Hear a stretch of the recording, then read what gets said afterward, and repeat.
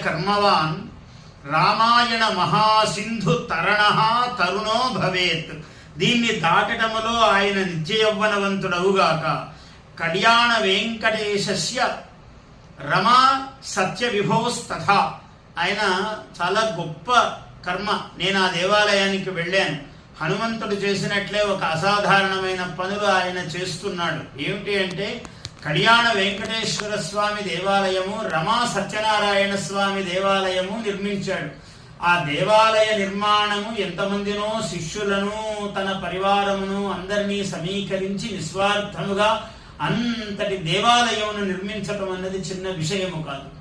అది అనేక సమస్యా సంక్లిష్టమైనటువంటి ప్రదేశములో అద్భుతమైన ఈ నిర్మాణము తీసుకురావటం అన్నది ఒక దుష్కరం. నిష్ప్రతిద్వంద్వం చికీర్షన్ కర్మ వానరహ అని రామాయణములో ఎలా అయితే వాల్మీకి మహర్షి చెప్పాడో